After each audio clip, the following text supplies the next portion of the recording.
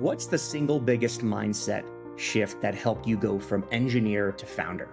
The biggest mindset shift is you have to realize that often as an engineer, in most situations, you kind of are in a situation where things are pretty well defined, where there isn't that much complexity. And often that is something that you collaborate with and you have really smart people around you. And some of those things are even figured out for you as an engineer.